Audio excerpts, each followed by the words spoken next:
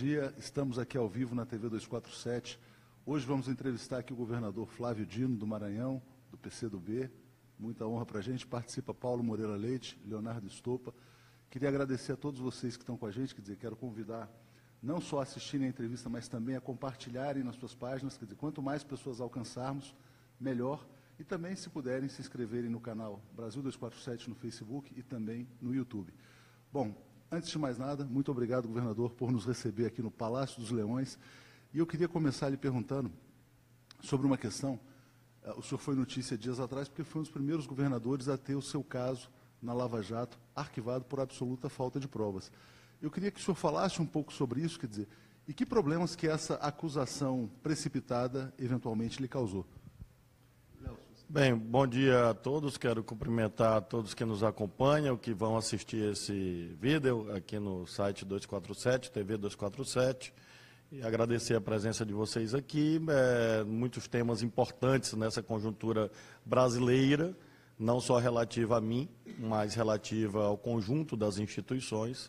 Um desses temas centrais é exatamente essa questão do modo como se processam as delações, como elas são divulgadas, e qual o efeito delas? Acho que esse é um debate jurídico e político nobre, essencial na atual conjuntura, uma vez que nós estamos lidando com um instituto novo, que nasceu mais claramente em 2013, e que está enfrentando uma série de questionamentos. Um deles é oriundo exatamente deste fato, uma mera alusão solta, avulsa, a uma pessoa, no caso, ao meu nome, se transforma objetivamente num problema em razão de uma má aplicação da lei.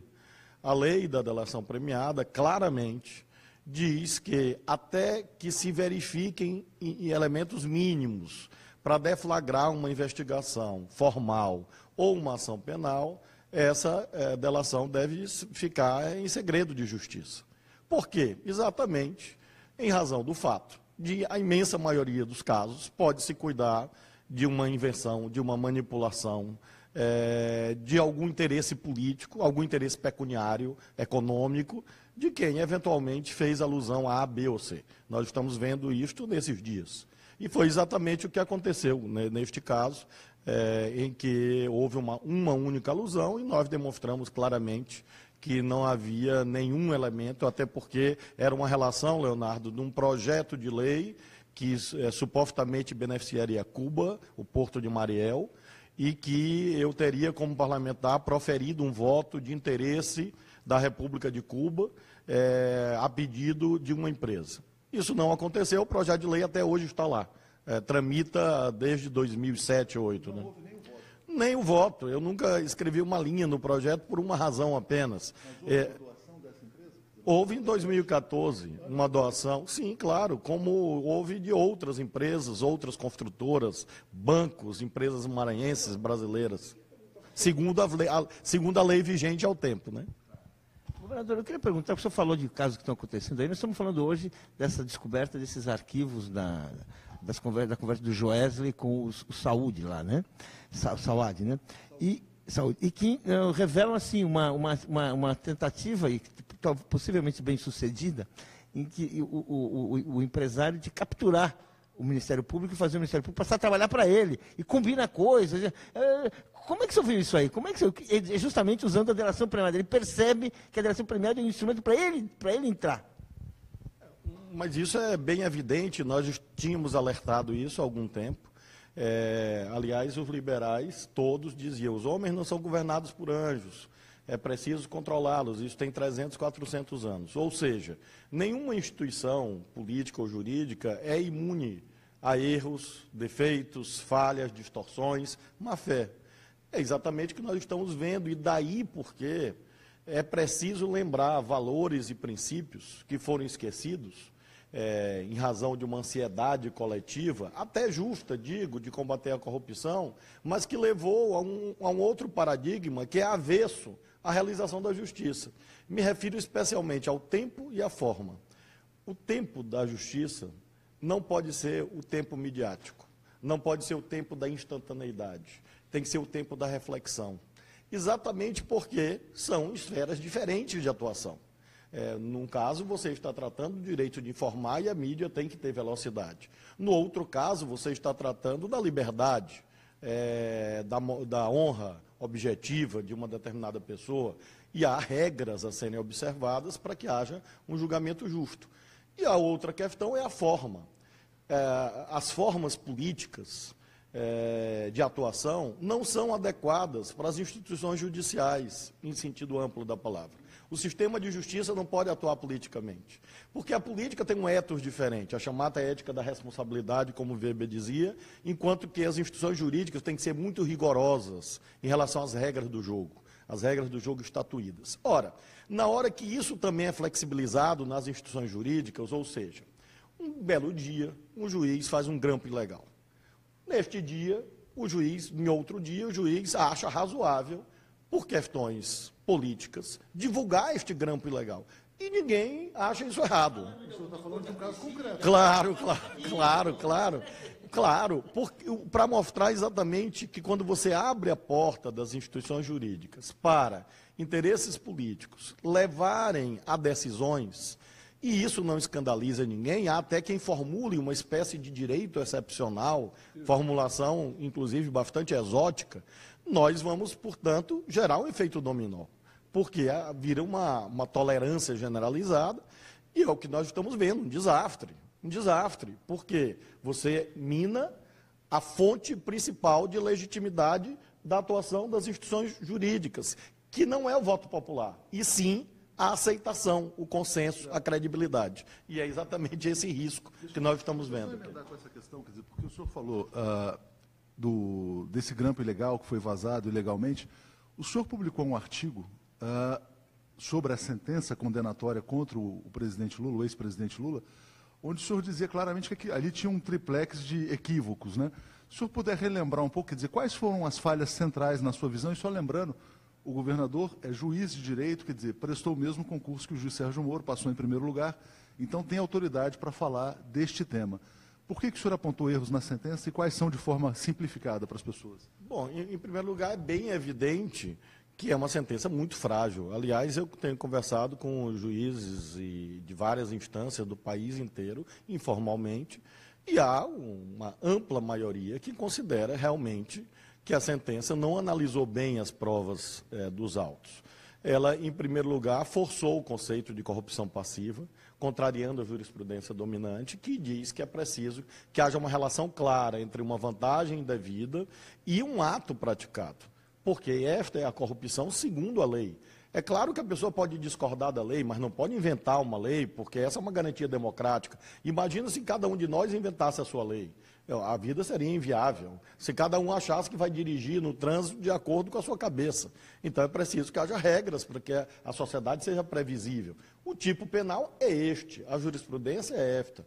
Neste caso, quem lê a sentença, e eu me dediquei à leitura cuidadosa da sentença, não consegue identificar o laço, a vinculação entre supostas vantagens e supostos atos de ofício, tanto é que o advogado de defesa do ex-presidente Lula entrou com embargo de declaração e essa contradição ficou mais evidente ainda quando ele diz, o próprio juiz diz, que não havia relação com contratos da Petrobras. Ora, se não havia relação com contratos da Petrobras, havia com que, exatamente? Onde está o ato de ofício? E aí ele cria uma categoria também exótica, chamada atos de ofício indeterminados, que realmente é uma inovação e que é difícil sustentar juridicamente. Em segundo lugar, você tem uma lavagem de dinheiro em que o bem não ingressou no patrimônio do suposto beneficiário do ato, porque é público e notório que o bem pertence formalmente a uma instituição financeira hoje. Então, se o bem não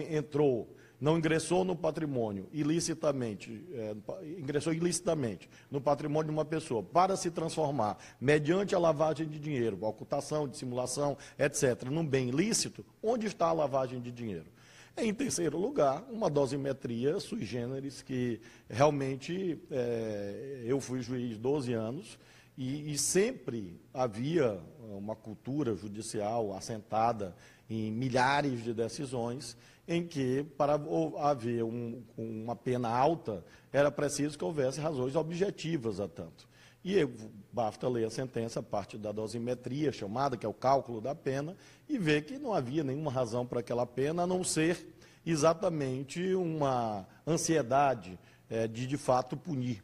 E punir no tempo que considera, não o tempo do processo, o tempo das formalidades, mas um tempo que está claramente vinculado ao calendário eleitoral. E esse é outro grave erro, isso é inadmissível, porque, repito, são instâncias diferentes de poder, que devem atuar de modo diverso. Essa é a essência da tripartição funcional do Estado. Ora, se o Judiciário e o Ministério Público passam a atuar segundo o instrumental próprio da política, e no tempo que não é o tempo do processo, juridicamente falando, ela perde a sua razão de ser e perde a sua legitimidade. Tenho dito aos meus ex-colegas, com muito respeito, a causa é nobre, mas os fins não justificam os meios. Eu queria emendar, porque as pessoas não estão entendendo exatamente, governador, qual que é a importância de existir uma relação desse caso em específico com a Petrobras para essa sentença ser válida. Eu gostaria que o senhor explicasse, o senhor como juiz de direito, explicasse a importância da conexão do caso do triplex com a Petrobras para ver essa legitimidade do Moro no julgamento. São duas questões. A primeira, a acusação foi esta. Quando alguém é réu numa ação, ele não se defende abstratamente de um conceito negativo que alguém eventualmente tenha. Ele se defende de uma acusação determinada. A acusação formulada pelo Ministério Público foi esta. O ex-presidente Lula recebeu o triplex em razão desses contratos da Petrobras. É essa a acusação. Ele se defende disto. Então, essa é a primeira razão, que é formalmente... Claro, a não ser que fosse um julgamento inquisitorial, medieval, em que você se defende porque você não gosta. Eu não gosto do Leonardo, então ele é culpado de alguma coisa que eu não sei ao certo o que é, mas ele é culpado. Ora, isso é incompatível com o liberalismo político, né? São 300, 400 anos de construção teórica, né? Sólida. E a segunda razão é pela questão da competência, porque o triplex fica em Guarujá. Na minha geografia, Guarujá fica em São Paulo. Na minha geografia, Curitiba fica no Paraná. E há uma questão de competência territorial. Essa competência territorial só foi flexibilizada, ou seja, um caso supostamente relativo a um suposto apartamento que supostamente seria, isso está sendo do ex-presidente Lula, está no Paraná, porque teria conexão com a Petrobras e com a Lava Jato. Ora, na hora que você rompe esse liame, nem competência jurídica tem. Nem para a vara de Curitiba, nem para o TRF da Quarta. Então, essa não é uma questão, como às vezes se diz, uma tecnicalidade, entre aspas. Não é uma filigrana, é uma questão essencial, porque é um elemento de validade do ato judicial. E por que isso? É importante explicar. Porque um juiz não pode escolher a causa que quer julgar. Assim como quem é julgado não pode escolher o seu juiz. Isso é uma garantia constitucional chamada o princípio do juiz natural. Você não escolhe seus juízes e o juiz não escolhe você para te julgar. Exatamente porque o atributo da imparcialidade, da isenção, o máximo quanto possível, é protegido por essa garantia do juiz natural. E nesse caso, naturalmente, houve a meu ver, muito claramente, foi forçada uma conexão entre esse episódio do triplex e, aliás, quem disse isso primeiro não fui eu, quem disse isso primeiro foram os promotores de São Paulo. Os promotores de São Paulo chegaram a dizer isso. Chegaram a dizer, olha, esse caso é daqui, é nosso, esse réu é nosso. Não, eu não quero dizer se eles estavam, a razão deles. Eu só sei que juridicamente eles estavam certos, objetivamente. Eu queria só fazer uma conclusão sobre esse assunto da Lava Jato, porque a gente está vivendo uma situação em que o judiciário cria uma peça de condenação, na qual a condenação é fundamentada não na acusação inicial e elege um juiz competente para julgar uma coisa que ele não é competente. Isso gera uma sentença puramente política, que muitas pessoas estão comemorando como uma espécie de coliseu em pleno Brasil. Se for para sacrificar políticos, tudo é válido. Só que as pessoas não estão conseguindo enxergar esse protagonismo judiciário na vida do cidadão comum. Eu costumo falar que você tem um comércio, a partir do momento que o irmão do juiz abrir um concorrente, o juiz fecha o seu numa situação dessa. Eu gostaria que o senhor, como juiz, avaliasse o que é o fim do Estado democrático de direito para o cidadão comum e não para esses políticos importantes que estão sendo crucificados e servindo, de certa forma, para um espetáculo midiático brasileiro. O que vai acontecer na hora que isso chegar a nós, cá embaixo? A pergunta é muito pertinente, porque, de fato, há uma ira justa, inclusive, na maioria dos casos, contra políticos corruptos. Esse episódio do Gedel Vieira Lima é realmente clamoroso, é uma vergonha, é indigno, é indecente, é imoral, é abjeto, como outros tantos. A questão é como nós lidamos com a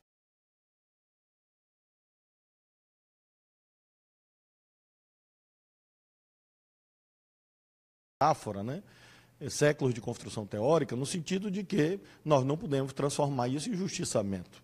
Para isso existe o Estado, a não ser que nós regredíssemos a um tempo pré-Estado social, um tempo hobbesiano, do Hobbes, natureza, guerra de todos contra todos, eu não gosto de A, de B, e vamos todos fazer justiça com as próprias mãos. É claro que isso é inviável, a negação da civilização.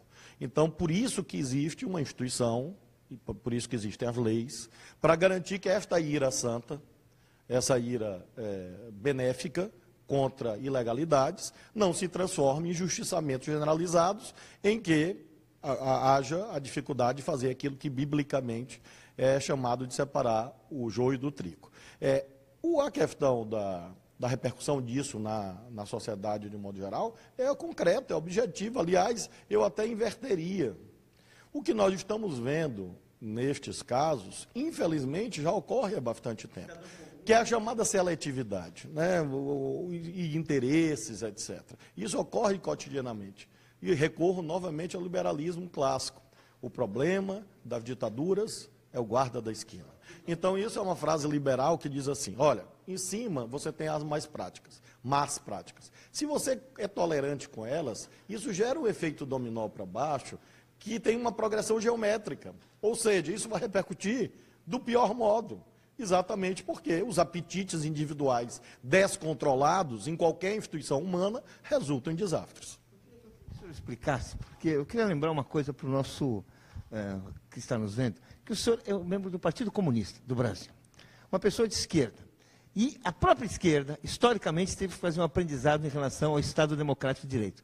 Ela também fazia julgamentos políticos. Tem uma história até que não é muito bonita, que vem os tribunais dos anos 30, uma coisa bastante condenável. Entretanto, o senhor está aqui defendendo ideias liberais. E é importante para o nosso público entender como é que a gente é uma pessoa, o senhor é uma pessoa de esquerda, progressista, sem dúvida nenhuma, defendendo o Estado Democrático de Direito. Acho isso muito importante, porque significa uma evolução mental e ideológica da humanidade. Não é assim, ou seja, pessoas assim que são contra a corrupção, que são contra a favor da distribuição de renda, de medidas a favor do povo, o senhor defende isso. Queria que você explicasse, porque isso é muito importante.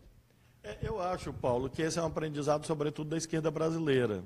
Eu não respondo muito pelo que acontece em outros países do mundo, em outros contextos históricos, porque acho que seria muito pretensioso da minha parte. Eu falo um pouco do que eu conheço aqui no Brasil. Acho que, de fato, houve um aprendizado duro nós temos aí, nosso movimento comunista, socialista, se implanta institucionalmente no Brasil em 1922. Então, nós temos aí 95 anos de história. Nesses 95 anos, se consolidou a visão, acho eu muito claramente, de que essas regras do jogo democrático são a favor do povo, a favor de quem menos tem poder e menos tem riqueza, porque são regras de proteção daqueles que precisam de um certo parâmetro de organização para expressar suas ideias. Aprendemos isso duramente porque as ditaduras contra nós sempre, né? Sempre nos massacraram, sempre impediram o funcionamento regular dos nossos partidos políticos, as organizações sociais. Então, acho que isso está hoje progressivamente se inscrevendo no DNA da esquerda brasileira, no sentido de que, numa sociedade obscenamente desigual, quando se rompe as regras do jogo, sempre quem acaba pagando a conta são os mais pobres, ou aqueles que menos têm. Governador, eu vou emendar, a gente vai falar ainda muito sobre o Maranhão, acho que é importante a gente estar aqui até para falar mais do Maranhão do que de questões nacionais, mas como o senhor falou, quer dizer que nesse julgamento do presidente Lula, ele foi submetido a um calendário eleitoral e, ao mesmo tempo, quer dizer, o presidente Lula terminou aqui no Maranhão a sua caravana, o senhor esteve com ele ontem, antes de ontem também, inclusive. Eu queria lhe perguntar o seguinte, quer dizer, quais seriam as consequências para a população brasileira, especialmente do Nordeste, de um eventual banimento político do presidente Lula? Porque, para muitas pessoas, esse é o objetivo real dessa caçada, vamos dizer assim. Eu acho que está muito claro que, de fato, há uma ansiedade para alcançar esse objetivo. Derivado de um outro erro institucional gigantesco, que foi o impeachment.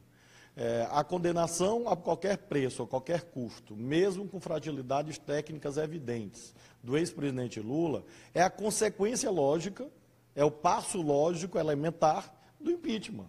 Porque, afinal, fez-se uma violência institucional óbvia, isso não há dúvida nenhuma, que foi o processo de impeachment da ex-presidenta Dilma, para alcançar a hegemonia de uma outra visão política. Não se alcançou. Porque se imaginava, alguns poucos imaginavam, e eu estou, felizmente, inclusive ao 247, disse, não acontecerá isto, não acontecerá estabilidade. Na interinidade, isso, se não me engano. Eu disse, olha, nós teremos mais instabilidade ainda. Está dito lá no 247, há 1 ano e meio atrás, sei lá. Falava em 20 anos de incerteza. Incertezas, né? Talvez ali alguém tenha achado que era muito catastrofista, né? Mas o certo é que nós produzimos mais instabilidade. Está evidente isso. Então não se produziu uma nova hegemonia política. Se destruiu um campo de alianças que governava o Brasil há 12 anos e não se colocou nada no lugar. Nós temos algo sui generis hoje, que é o presidencialismo sem presidente. É uma situação única no mundo, porque nós temos um vazio no Poder Executivo diante das suas dificuldades. Então, ora, neste quadro de instabilidade absoluta que nós estamos vivendo, só quem pode resolver esse caos que criaram, porque está todo mundo agora imerso no caos, basta ler o noticiário e ver que agora as próprias instituições que tinham protagonismo, que era exatamente o Partido da Lava Jato, a PGE, etc., acabaram se enredando nessa instabilidade absoluta e nesse caos. Nós só temos dois caminhos a percorrer, acho eu. Primeiro, no que se refere às instituições políticas, só as urnas salvam. Só o recurso à soberania popular, só a busca da legitimidade nas urnas em eleições legítimas. Eleições legítimas, para mim, no meu dicionário, na minha gramática, são aquelas em que todos podem concorrer com o máximo de paridade de chances possível. Ora, se você elimina artificialmente um dos protagonistas de todas as últimas eleições presidenciais e que lidera as eleições presidenciais, isso não é perverso apenas com esse personagem ou com esse campo político. Isso é perigoso para a legitimação ou a relegitimação do sistema de representação, ou seja, agudiza a crise de representação. O discurso é que a eliminação não seria uma eliminação parcial. Vamos dizer, não, existe uma lei da ficha limpa, houve a condenação em primeira instância e segunda instância também. Mas veja só, mas todo mundo está na hora que também, você agiliza o julgamento na segunda instância, eventualmente, como alguns anunciam ou prenunciam, eu espero que não aconteça, agiliza no sentido de dizer, não, até o presidente do Tribunal da Quarta Região, que é um outro exotismo, previamente, antes da sentença disse, não li, mas gostei. Eu nunca tinha visto isso na vida. Um presidente de tribunal que não tem nenhuma competência tanto. Não digo competência jurídica, há de ter, mas competência institucional zero, para pré-julgar uma sentença que ele não irá examinar, claro, parecendo que ele estava induzindo a turma julgadora, os desembargadores que irão julgar, realmente uma coisa estranhíssima. Muito bem, na hora que esses indícios aparecem, é justo imaginar que se prenuncie algo que eu espero sinceramente que não aconteça, porque conheço pelo menos 2 dos 3 julgadores, conheço há muitos anos, os que vão reexaminar a sentença do juiz Moro, e tenho a esperança, a expectativa de que prevaleça uma análise desses aspectos jurídicos e outros tantos que têm sido apontados. Se isto não acontecer, nós teremos uma eleição capenga, uma eleição torta, que não vai ter o poder curativo que nós precisamos que tenha. E eu só queria... Leonardo, acho que seria difícil imaginar uma insurreição contra isto, né? Acho que não está colocado. O que eu acho é que a não aceitação se traduziria na perda de potencialidade da eleição. No voto nulo, reações típicas de um... Você não vai conseguir realimentar o motor da democracia, que é a esperança. Claro, é uma emergência nacional. Esse quadro não interessa a ninguém. Quer dizer, É necessário, acima de tudo, para a democracia. para o sistema político inteiro, para a classe dominante brasileira, para a burguesia brasileira. O problema é que nós temos uma burguesia exótica, novamente uso a palavra, que é subversiva. É uma classe dominante que destrói o próprio sistema político que a sustenta. Então, é sui generis isso, mas é um elemento de estabilidade para todas as forças. E tanto é assim que veja o que sobrou após esse golpe institucional que atingiu diretamente o lulismo. Mas veja que é uma bomba tão poderosa que se espraiou sobre todo o sistema partidário. Quem é que está bem nessa conjuntura? Quem é que sobrou? É uma bomba que espalhou estilhaços para todos os lados e a consequência é essa, um vazio político dramático em relação ao executivo, em relação ao legislativo. Eu só queria completar um raciocínio, que eu disse 2 caminhos, em relação ao poder executivo e legislativo, as urnas. Em relação ao judiciário e ao Ministério Público, meus amigos, tão fraternos e tão queridos assim alguns que eu conheço, ex-colegas, que eu tenho o maior respeito do mundo, e vou dizer mais, 99% movidos por boa-fé, querendo realmente que o Brasil melhore.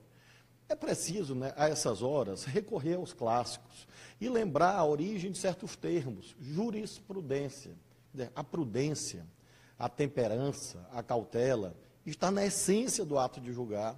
Não são adereços, não é enfeite, é da essência. Por isso que existem os prazos, por isso que existe defesa, existe prova, para que exatamente você forme um conceito a partir de um certo instante. Acho que esse é um movimento que deve ser feito, respeitosamente digo, a todas as instituições jurídicas, como integrante da comunidade jurídica, professor de direito, advogado que sou, acho que é hora de botar a bola no chão e não sair chutando mais ainda. Porque a essas alturas, quanto mais confusão, quanto mais bate-boca, mais acusação recíproca, mais se deslegitima o sistema judicial aos olhos da sociedade. As pesquisas estão mostrando isso, a queda de credibilidade. Claro. Claro. Governador, eu queria convidar o senhor agora para conversar com a juventude brasileira, em especial o pessoal que está muito alienado com siglas e esse sensacionalismo político que foi feito no Brasil nos últimos tempos.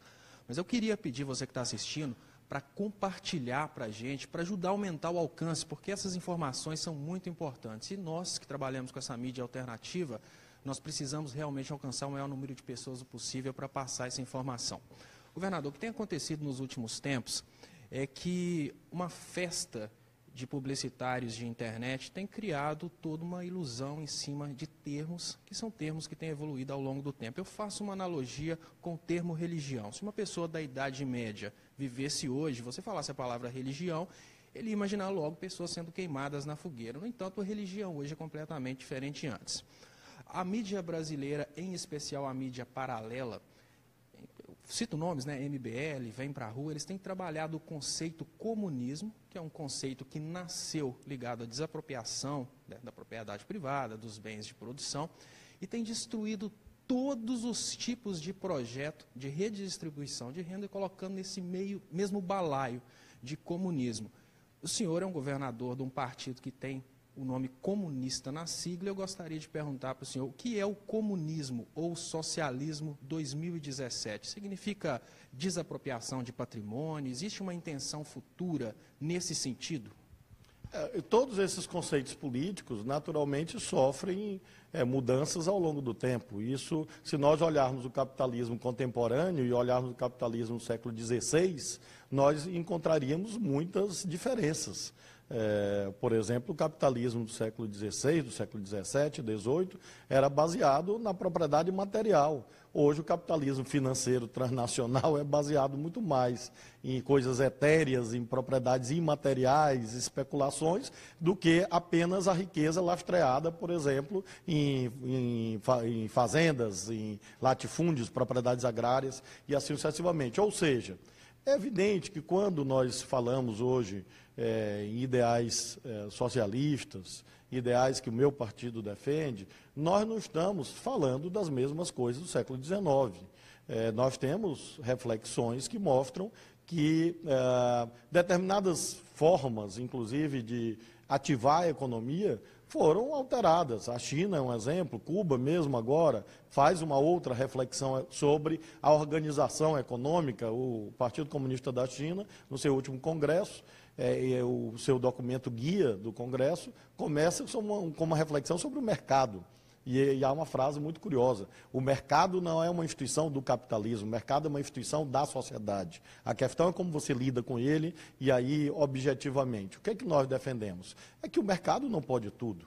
O mercado concentra riqueza e poder na mão de poucos. Por isso você precisa da política do Estado com uma visão redistributiva, para que haja justiça na sociedade e haja condições mínimas de convivência entre as pessoas, a não ser que o ideal de sociedade dessas pessoas que defendem essas estigmatizações da nossa visão política, seja uma sociedade de pessoas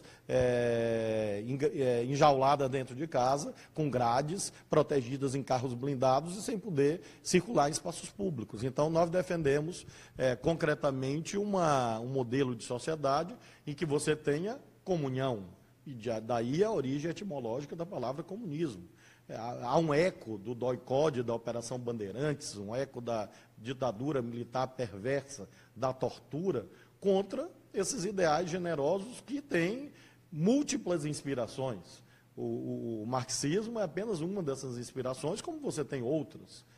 Jesus Cristo tratou muito largamente de como era preciso que houvesse o que ele chamava de amor, ou seja, que houvesse o respeito aos direitos dos outros. A Revolução Francesa foi feita sob o slogan liberdade, mas não era apenas liberdade de quem dominar os outros, de quem explorar os outros.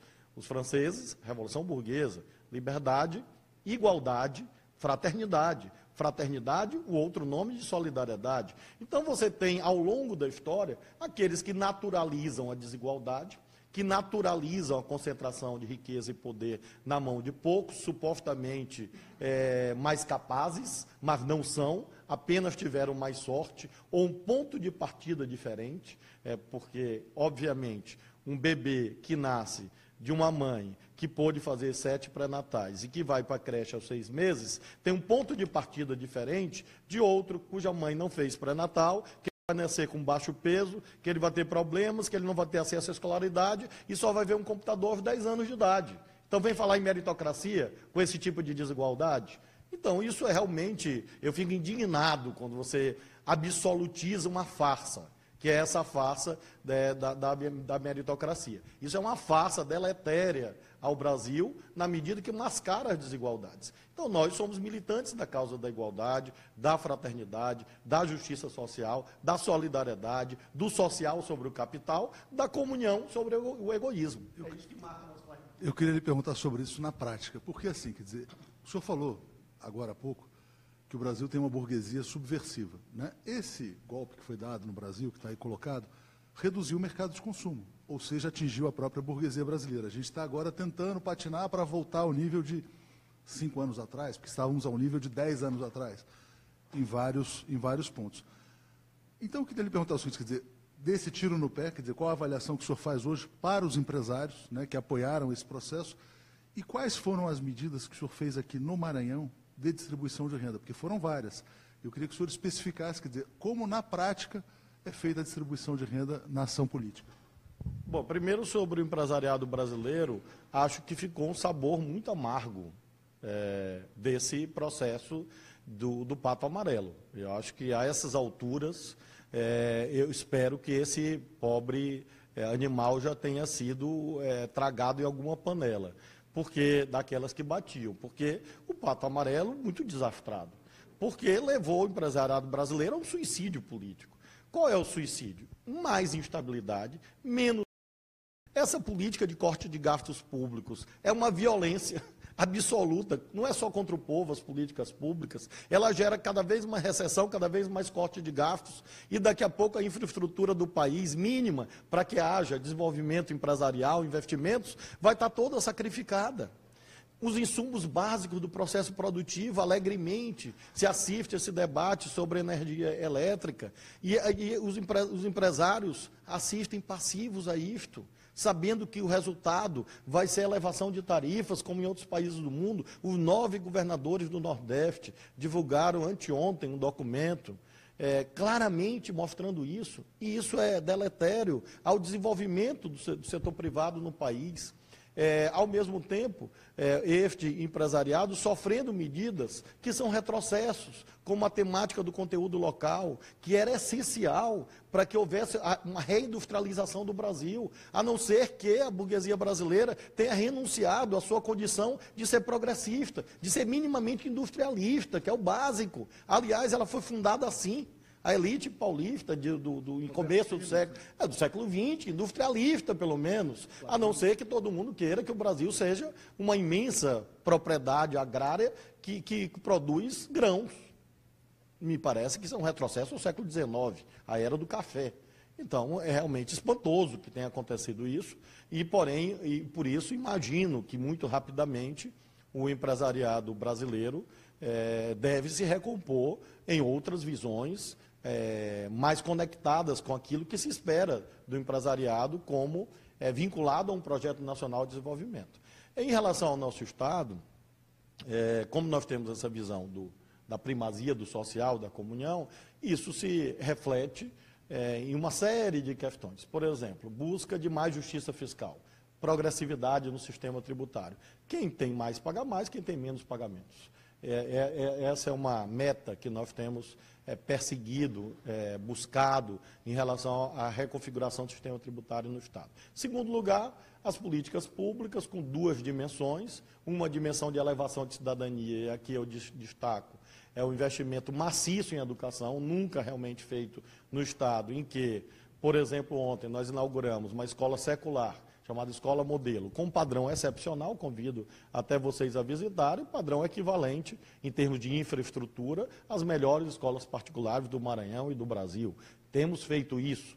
É claro que temos muito a caminhar, mas já conseguimos praticamente requalificar metade da rede pública de ensino do Maranhão, e os resultados aí estão. Nossos meninos e meninas indo para a Olimpíada de Matemática, de Robótica, em outros países do mundo, em outros estados brasileiros, coisa que ninguém via. Nós temos um programa Cidadão do Mundo, nós temos centenas de meninos de escolas públicas estudando na Argentina, no Canadá, na Espanha, nos Estados Unidos, na França, estudando gratuitamente com bolsa do governo do Maranhão. Dobramos o número de bolsas de pós-graduação no nosso estado e pagamos em dias bolsas de pós-graduação.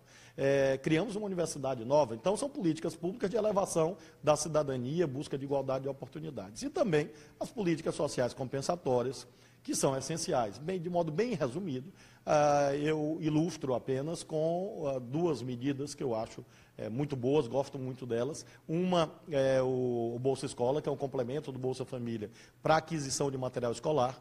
Nós já pagamos 120 milhões de reais de material escolar, entregue na mão das mães, o cartãozinho para compra exclusiva de material escolar. É uma política social que está articulado, óbvio, ao primeira visão da educação, mas também é uma amenização do peso sobre as famílias dos gastos educacionais.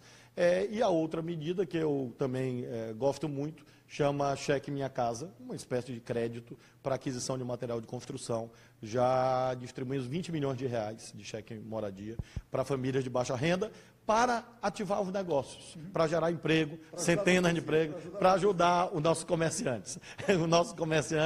E é um programa muito bonito, muito emocionante, quando você entrega para os idosos, pessoas com deficiência. Tem um portfólio imenso de coisas bonitas. Ontem, quem esteve no ato com o ex-presidente Lula viu a emoção do seu João, de Aldeias Altas, lendo uma carta. Aquilo ali não tem preço, para mim não tem preço, aquilo ali vale uma vida, vale a minha vida, porque realmente é emocionante, inesquecível. Um senhor de 61 anos que nunca tinha lido nada, conseguir escrever uma carta e ler para 10, 15 mil pessoas. Governador, eu vou passar para o Paulo Moreira Leite, que quer fazer uma pergunta, mas antes eu gostaria de agradecer. Nós estamos com um alcance excelente na internet e agradeço você que está compartilhando, mas eu peço mais uma vez, por favor, compartilhe, a gente precisa aumentar o alcance, porque o que o governador está falando aqui vai digamos que, clarear a cabeça de muita gente. Afinal de contas, muita gente estava pensando por aí que o governo de esquerda trabalhava no sentido de beneficiar apenas as grandes empresas, né? Afinal de contas, foi esse o discurso do MBL durante muito tempo. Então, ajude a compartilhar para alcançar um pouco mais. E vamos passar para o Paulo aqui. Antes do Paulo, eu queria até fazer um convite. Esse pessoal que acha que nazismo é de esquerda e que governo de esquerda é beneficiar a grande empresa, eu tenho um convite a você. Visite o Maranhão. Todos serão muito bem recebidos. Eu mesmo faço questão de receber e conversar com todo mundo. Não, inclusive, eu falo que eu ia passar na frente do Paulo se o senhor não tivesse falado da valorização do ser humano, que é uma das coisas mais importantes para a soberania de um país. Mas como o senhor já falou tudo, o senhor já respondeu a pergunta antes de eu fazer, eu passo para o Paulo. Governador, eu queria, seguindo nisso aí, que o senhor comentasse uma situação. O senhor está fazendo um governo progressista, governo de intervenção, um governo que não se conforma com a miséria, isso implica em gastos, implica em investimentos que estão corretos.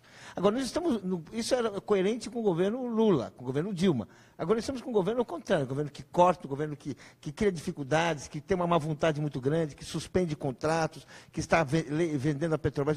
Como é que é compatível isso? Isso é compatível por quanto tempo? Como é que combina isso aí?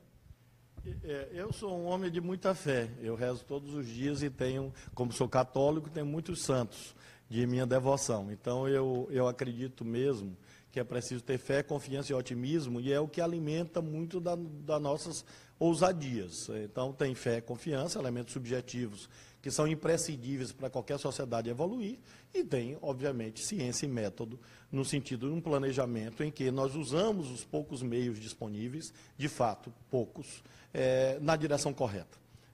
Você tem que saber para quem governa, disse o ex-presidente Lula ontem, e eu repeti no meu discurso.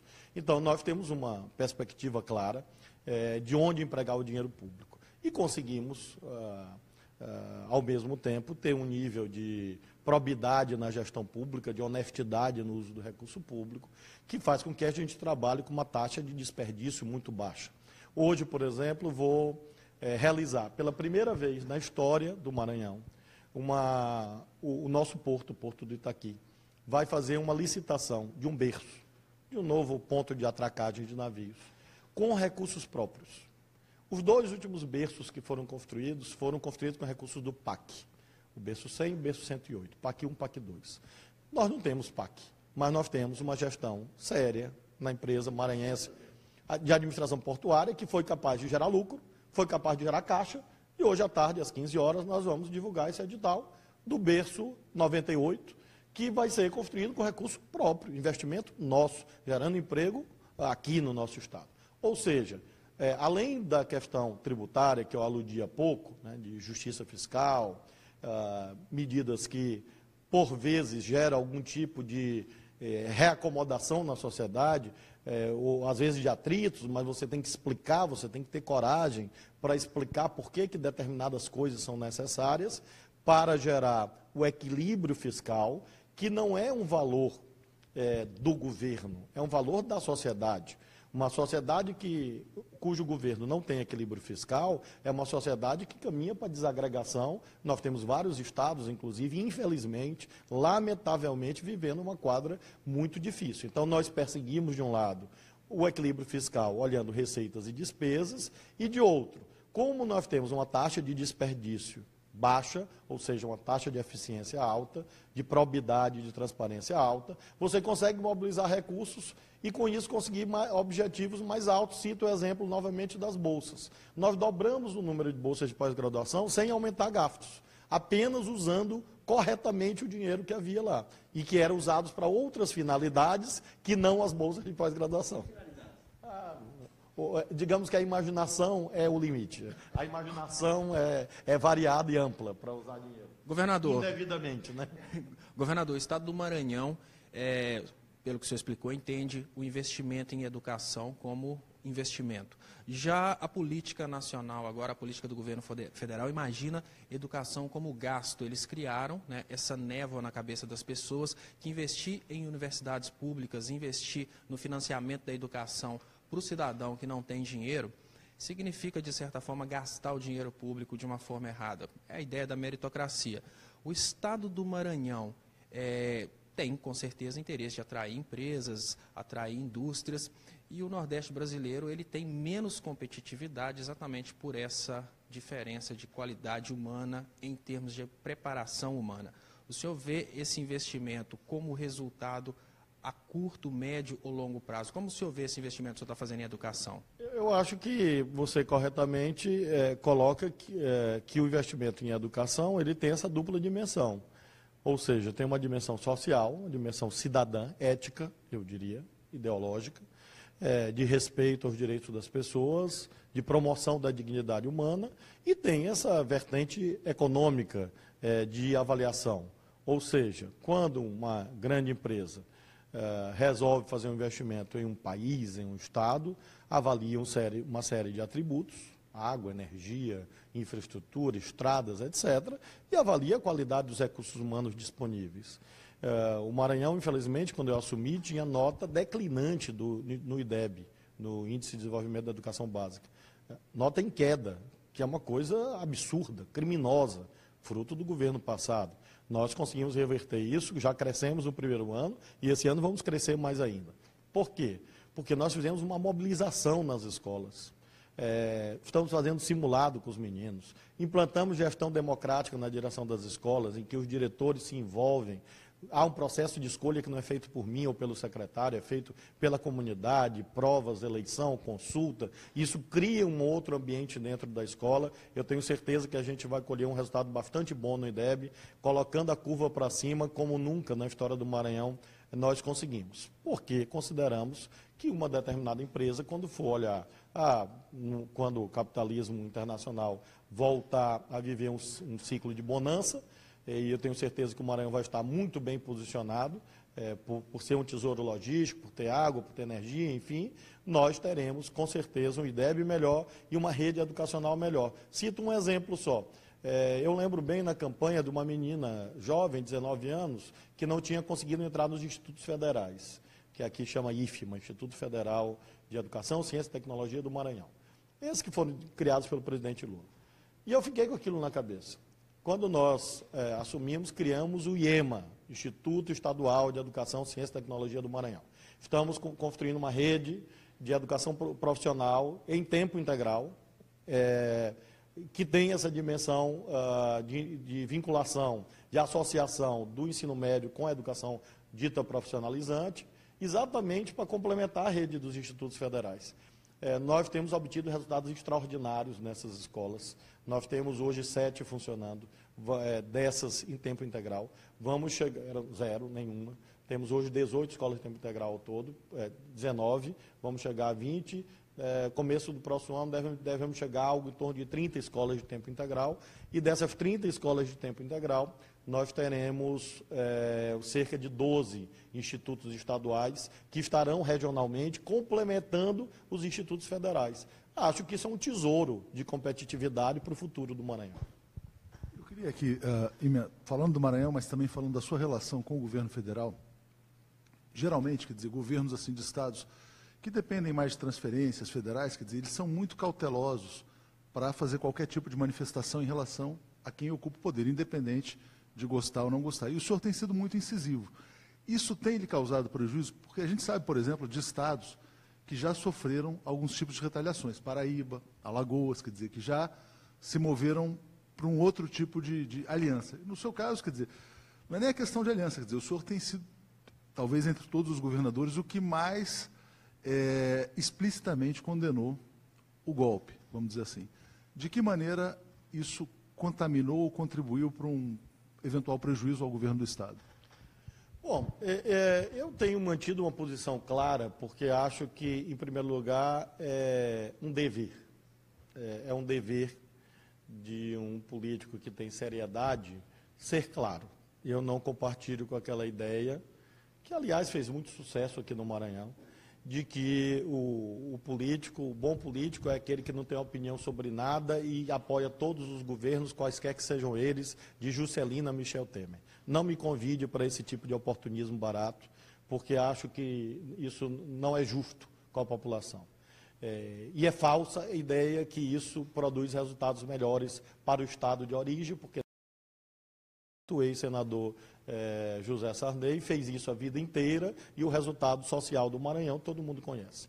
Então, eu acho que é um dever e acho que é um direito também você ter clareza nas suas posições, como eu tenho, de discordância profunda do processo de impeachment, de discordância de teto de gastos por 20 anos, de discordância dessa visão de que corte de gastos vão levar a crescimento econômico, de discordância profunda com essa visão segundo a qual o nosso problema está em cortar despesas. Então, tenho manifestado sempre com muita firmeza, mas ao mesmo tempo muito respeito, claro, às instituições do país. Não me recuso a nenhum tipo de interlocução com nenhuma autoridade do governo federal.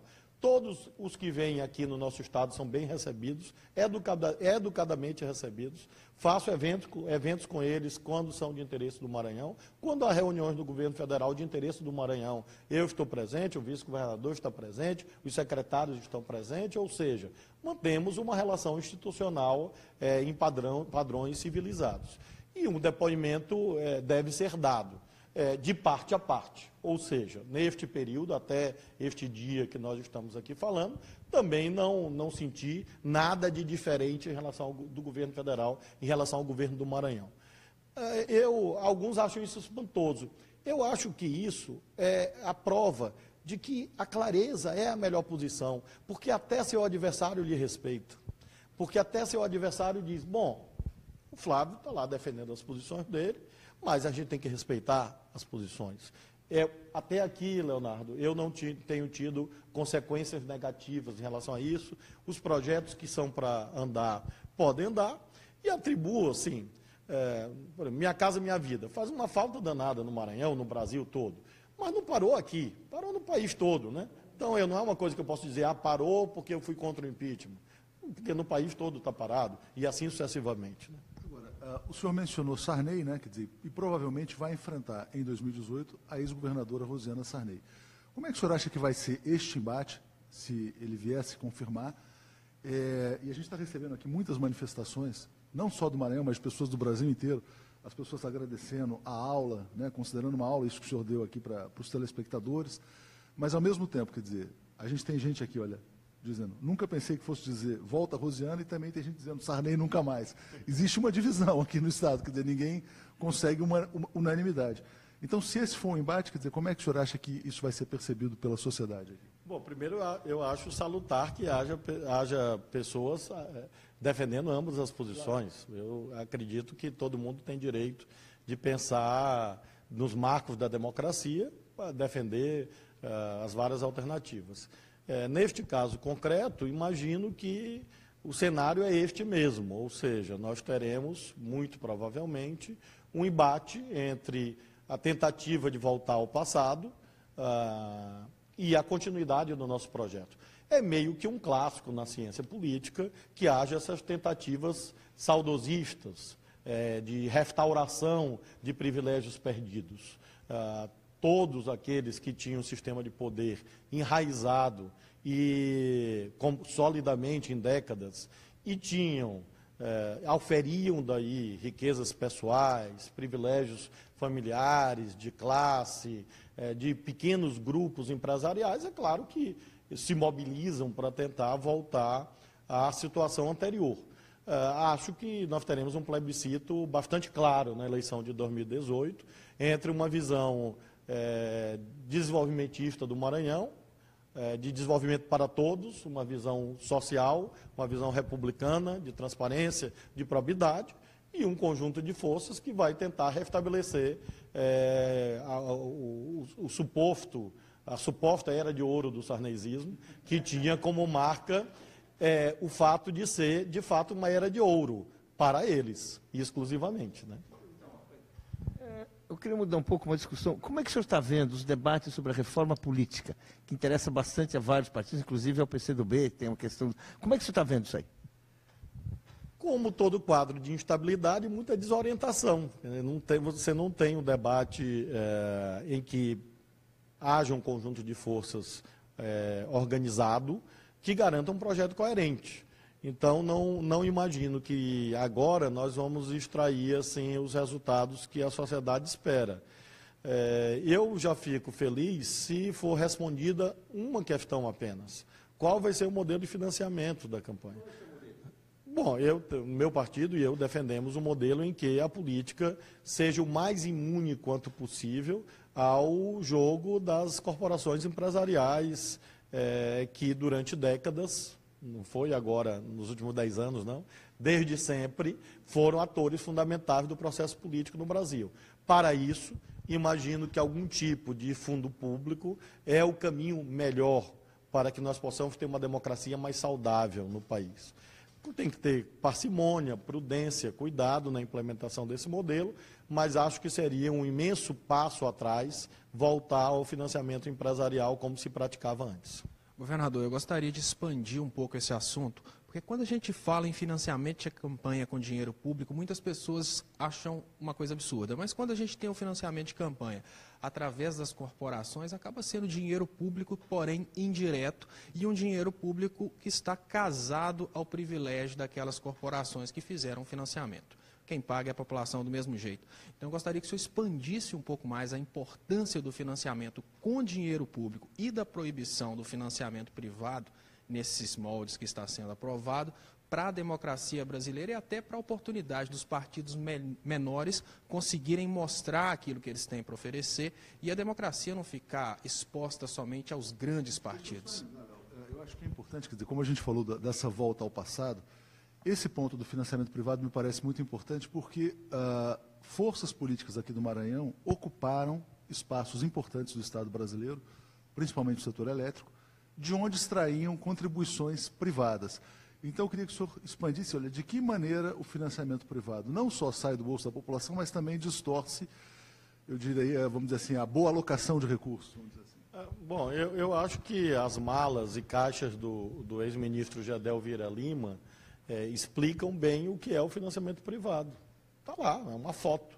É uma foto que é a síntese de transações indevidas que se estabeleceram entre algumas corporações privadas, não eram todas, é importante frisar isso, mas algumas corporações privadas e setores da política que resultaram nesse desastre institucional absoluto e nesse caos que nós estamos vivendo. Então, voltar atrás significa voltar às malas e às caixas do Gedel.